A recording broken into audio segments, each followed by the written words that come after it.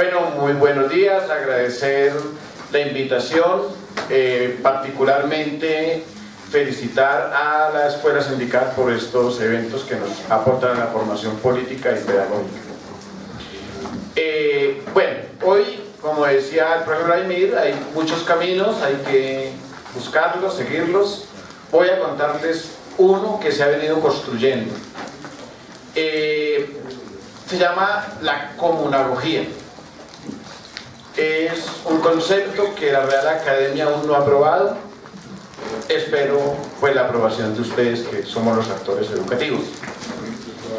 Imagínense que somos comunagogos. Imaginémonos, comunagogos. ¿Qué implica eso? ¿Cierto? Para aprendernos la palabrita es cambiar peda por comuna, comunagogía, ¿cierto?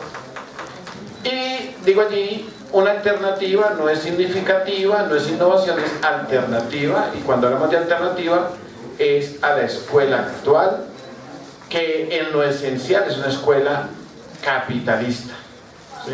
Obviamente hay resistencias y hay emergencias desarrolladas por muchos maestros, y eso es lo que da fundamento a esta propuesta.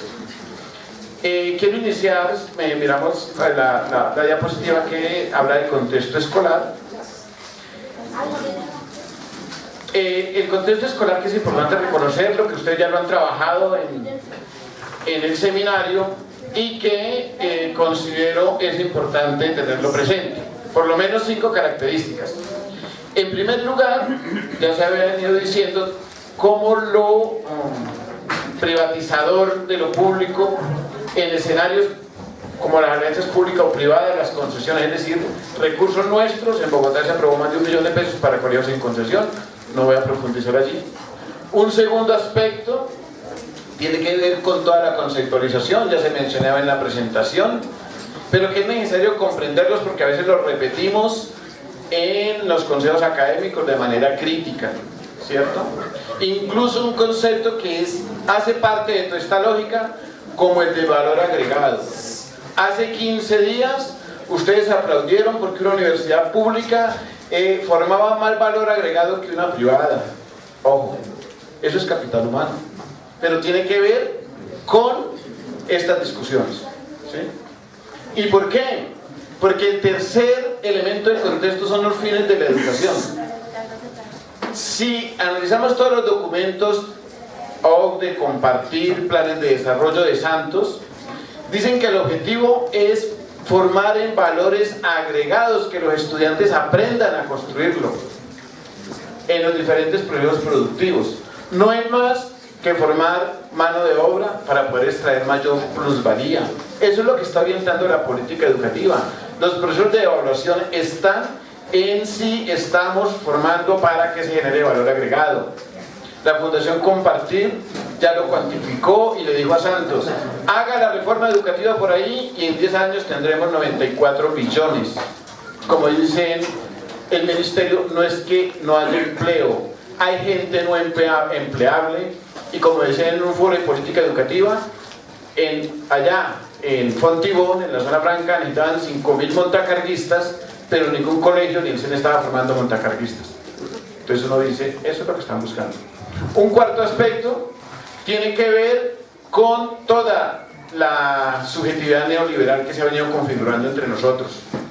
Hoy el mérito es parte de nuestra movilidad y lo hemos asumido, y creemos que cuando pasamos la evaluación de ascenso, la SDF, es porque somos mejores profesores, y que el que perdió es porque no sabe. Eso es simplemente neoliberalismo. Sabemos que eso es presupuesto, ¿cierto? Pero eso pasa en la cotidianidad escolar, para no hablar del individualismo y el consumismo que se expresa en el magisterio y en esta lógica neoliberal. Un quinto aspecto, toda la lógica, por ponerlo así, neoconservadora del debate de la sexualidad, la familia, la tecnología. Muchos compañeros están de acuerdo que se prohíban los celulares en la escuela, y a eso hay una discusión. ¿Cuántos compañeros no molestan a los estudiantes por su forma de vestir o de peinarse?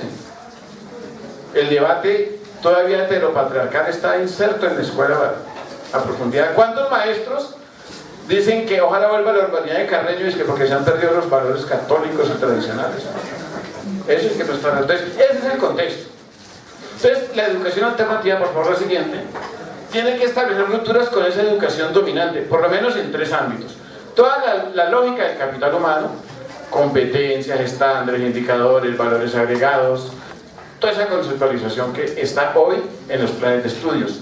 Ya se dijo, ¿quién se inventó las competencias que evalúa el ministerio? Pues el Carrasquilla de Francia, por allá en 1990, Jean Delors, era el ministro de Economía. El 1278, con el que nos evalúan, todas las competencias son plagiadas de un libro de Spencer y Spencer, administrador de empresas norteamericano. Para no hablar de la estandarización, para no hablar de dónde sale el índice sintético de calidad, bueno, para no hablar de dónde sale el valor agregado, todo eso hay que establecer ruptura. 2, con unas tradiciones escolares que son autoritarias, antidemocráticas, patriarcales, escolásticas, ¿sí? Y 3, las relaciones sociales capitalistas, es decir, nosotros tenemos que establecer ruptura con el sistema de ideas y relaciones que el capitalismo hoy en forma neoliberal nos está absorbiendo en la escuela. Y entonces uno encuentra compañeros que están hablando de socialismo, pero dicen al primero que llegue le pongo 5, quien me diga quién fue Lenin. Pero eso no tiene coherencia, ¿cierto? Entonces esas cosas tenemos que reflexionar, ¿cierto? Entonces pasamos a la que dice ¿qué es la comunagogía? ¿Sí?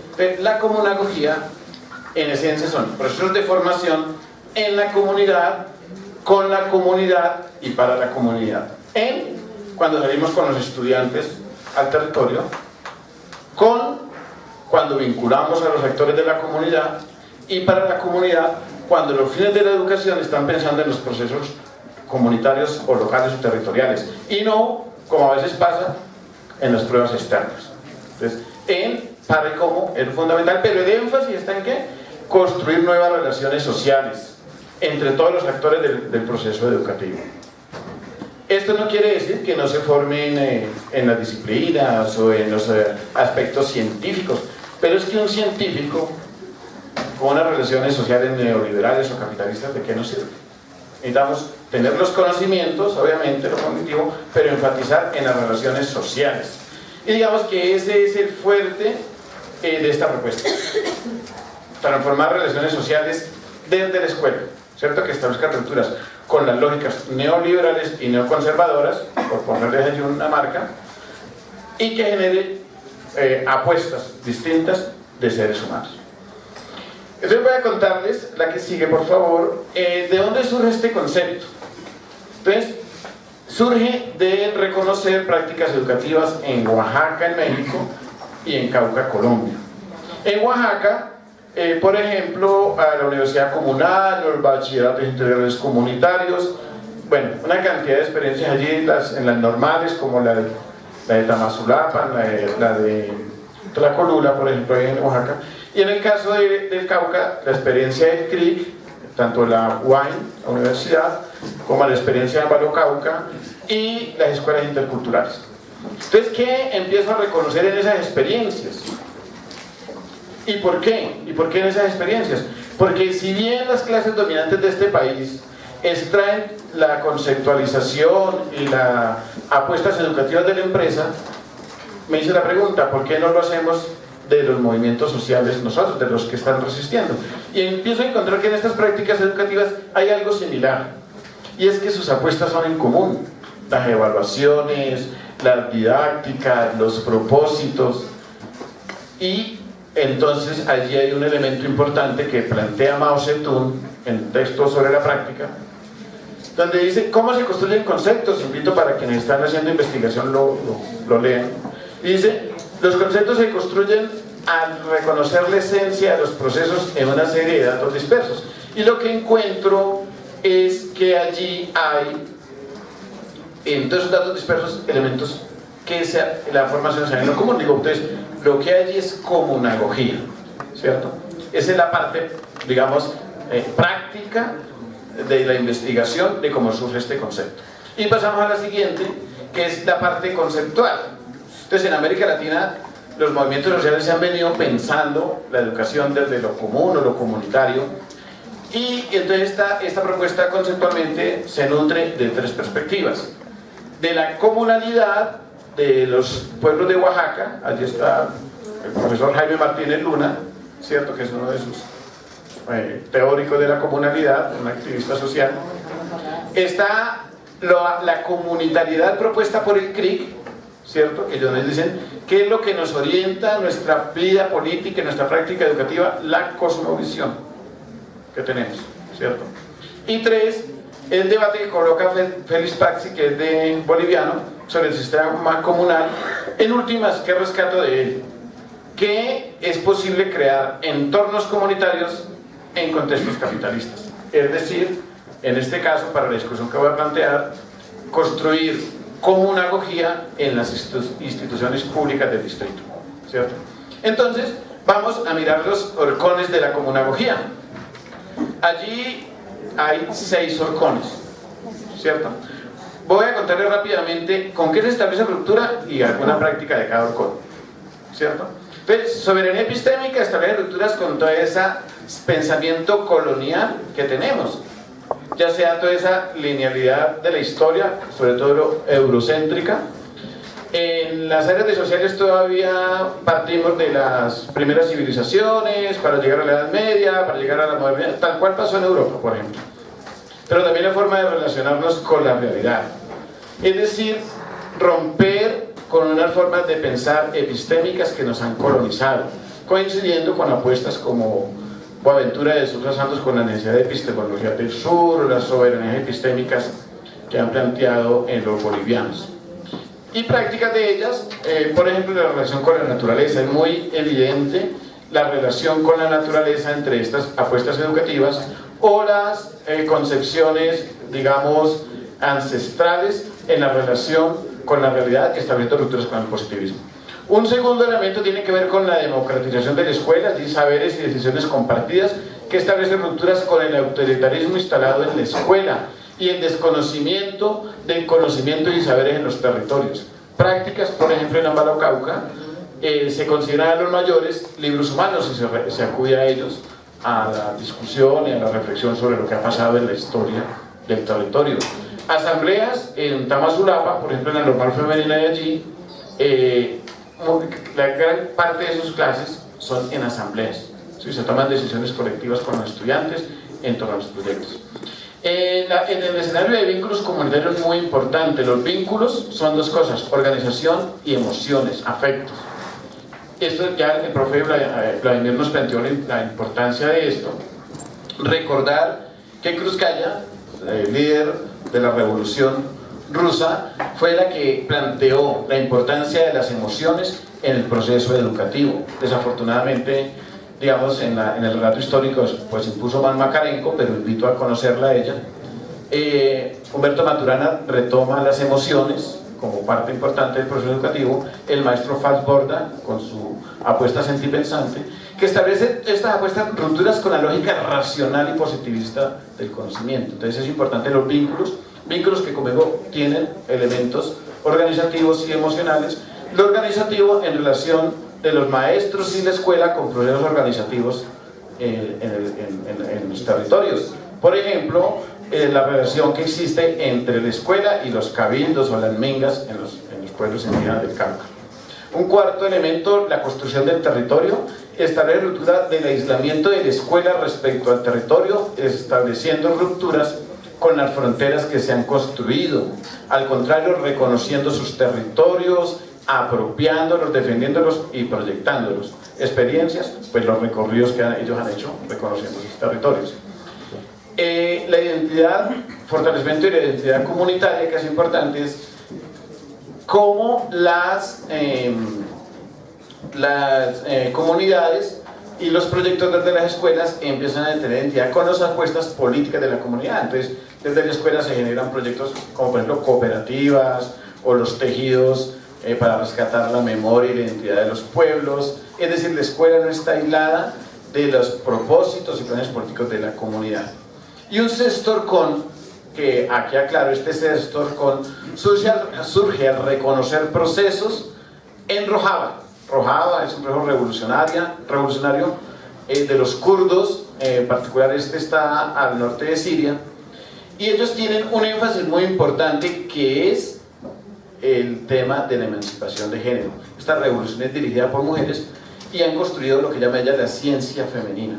¿Sí? Entonces digamos que este Orcón lo retomó de ese proceso, hago esa particularidad porque en un inicio habían 5, hoy existen 6, y que encuentra uno, por ejemplo, la paridad entre hombres y mujeres en las instancias de dirección política, tanto externas como en las escuelas. Menciono solo esta práctica para tenerla como referencia.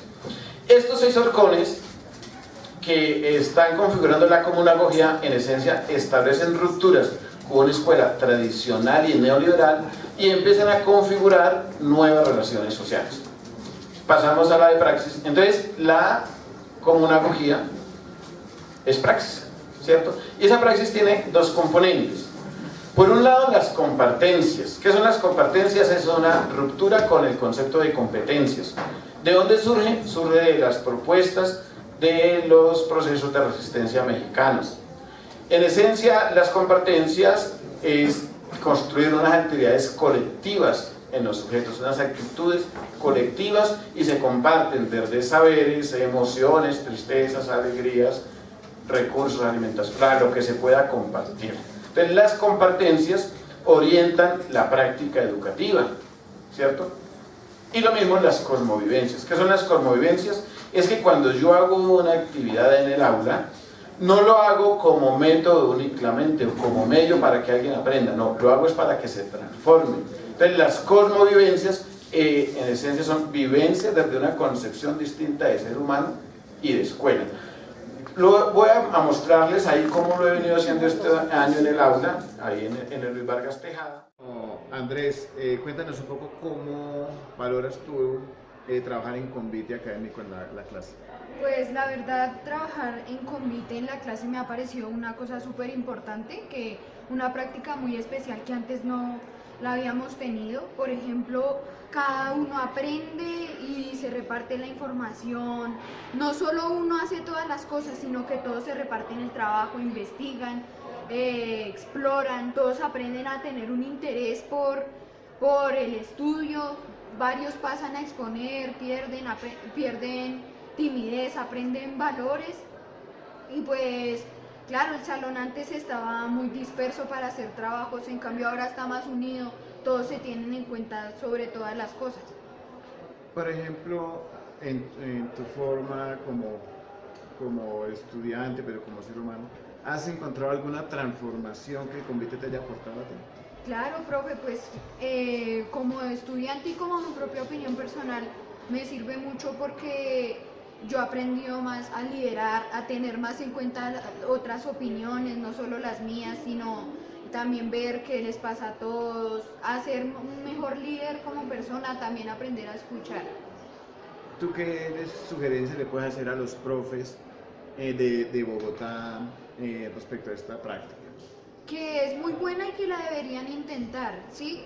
Más que todo podrían investigar un poco sobre los valores que tienen niños, o sea, niños que sepan liderar, otros niños que por ejemplo sean muy tímidos, y así para que aprendan, niños que se lleven mal, niños que se lleven bien, para que aprendan a tener una buena química, un salón más familiarizado, más amigable. Con eso todos aprenden, créanme, es una experiencia personal, sirve mucho. Yo tengo organizado de 8 a 11 aproximadamente 80 convites académicos. El convite académico, antes que un producto académico, lo que busca es transformar relaciones sociales entre los estudiantes, y la experiencia ha sido bien interesante. Y lo mismo, hago círculo de la palabra aproximadamente cada 15 días o cada mes, dependiendo de la dinámica, que quiera tener una relación distinta. Entonces, escuchemos el de círculo de la palabra. Celeste, cuéntanos acá en décimo cómo te ha parecido el trabajo en Círculo de la Palabra. Me parece un trabajo muy bueno de verdad, porque es que socializamos todos y cada quien da su punto de vista, y es súper chévere porque no es solo saber lo que yo pienso, y pues yo puedo leer un texto y ver ciertas cosas, pero mi compañero en ese mismo texto puede haber visto otras cosas y socializamos, todos compartimos, aprendemos más. A mí me gusta más esta actividad, y yo pienso que se podría hacer en otras materias porque es muy, de verdad me gusta, me encanta ese Círculo de la Palabra. Listo. ¿Y qué diferencia ves con trabajar así en filas a lo tradicional? en filas, digamos, uno puede distraerse más, uno no pone tanta atención, digamos, y pues no se siente esa conexión como con el profesor y con los demás estudiantes. Y en convite académico, ¿cómo te ha ido con tus compañeras ahí en grupo? Bastante bien, o sea, porque nos dividimos el trabajo y luego lo unimos y descubrimos cosas, es súper chévere, de verdad, pero me gusta bastante. Digamos que he hecho un esfuerzo por transformar las relaciones sociales al interior del aula. Inicié este año y ha sido interesante la experiencia, espero sistematizarla y contarles. Pero pasemos a la siguiente. Digamos que esta puesta de la comunagogía en Bogotá también parte, que es lo fundamental, de redes magisteriales que investigo. ¿Cuáles? La red Tulpa, la red de emisoras alternativas del territorio sur, las READS, el colectivo de maestros del José Celestino Mutis y Nuevos Maestros por la Educación Bogotá. Con certeza muchos otros redes están haciendo cosas similares, ¿cierto? Entonces, ¿qué ubico acá? Que esos horcones se pueden desarrollar en las instituciones públicas del distrito. Y esa es una potencia, porque generalmente lo alternativo se ha ubicado principalmente en los contextos exteriores a los territorios, más de la educación popular, pero sí se puede hacer. ¿Qué encuentro? Que hay debilidad aún en la soberanía epistémica, hay que fortalecerla bastante, al igual que en la identidad con los proyectos de la comunidad. Indudablemente hay alguna pertenencia con los problemas sociales y ambientales, como por ejemplo el botadero de Doña Juana, ¿sí? o los problemas que hay en el Tunjuelo con el parque medioindustrial, como lo hace la READS. Por ejemplo, tejer vínculos y construir territorio. También están, en el caso aquí de Puente Aranda, el proyecto Sembrando Esperanza en el territorio con la Junta de Acción Comunal, o la experiencia del Museo Popular en el Francisco de Pablo Santander aquí en Antonio Nariño. Es decir, sí es posible generar apuestas distintas y se está caminando en ese sentido. En esencia, pasamos a la siguiente, hay dos perspectivas de escuela hoy, ¿cierto? Una, la de la comunagogía, no porque no hayan más, pero para la exposición, y otra, la escuela neoliberal, ¿cierto?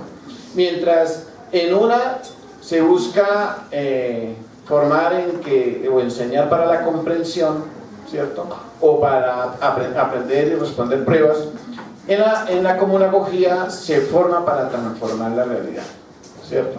En la comunagogía se basan en las competencias, en la escuela neoliberal en las competencias. En la comunagogía hay saberes, hay prácticas, hay emociones colectivas, mientras en la neoliberal es de orden individual. En la comunagogía se reconoce la realidad para transformarla, en la neoliberal, en algunas corrientes se reconoce la realidad para adaptarse. En la comunagogía se busca formar seres humanos, en la neoliberal, capital humano. En esencia y en síntesis es una corriente más que un modelo de educación alternativa hoy desde el distrito, y que como Nuevos Maestros por la Educación la hemos constituido como parte de nuestra expectativa educativa. Voy a mostrarles un video de nuestras prácticas como Nuevos Maestros en la perspectiva de la comunagogía. Vemos el video y cierro. ¡Ahí le va, nuevo maestro!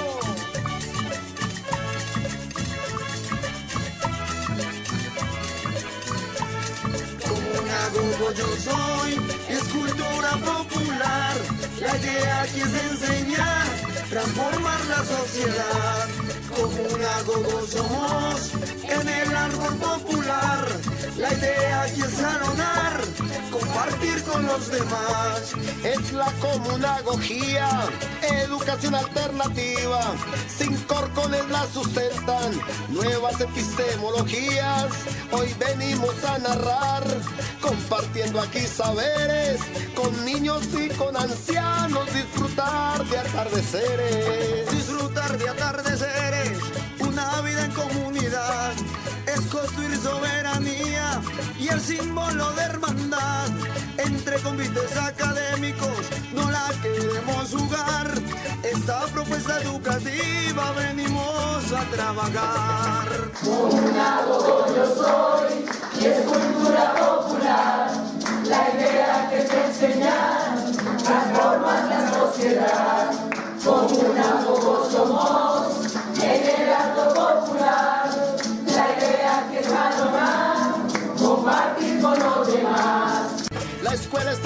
territorio vivo, concepto de sociedad, son círculos de palabra, recuerdos y comunidad. Otra Colombia es posible, sembrar en los corazones, igualdad en lo que queremos y mejorar relaciones. Mejorar las relaciones, iniciativa altruista, con prácticas y memorias, vamos construyendo pista para plantar en Colombia la paz que una vez soñamos. Comunagogo yo soy, por la unidad es que trabajamos. Comunagogo yo soy, es cultura popular, la idea aquí es enseñar, transformar la sociedad. Comunagogo somos, en el árbol popular, la idea aquí es salonar, compartir con los demás.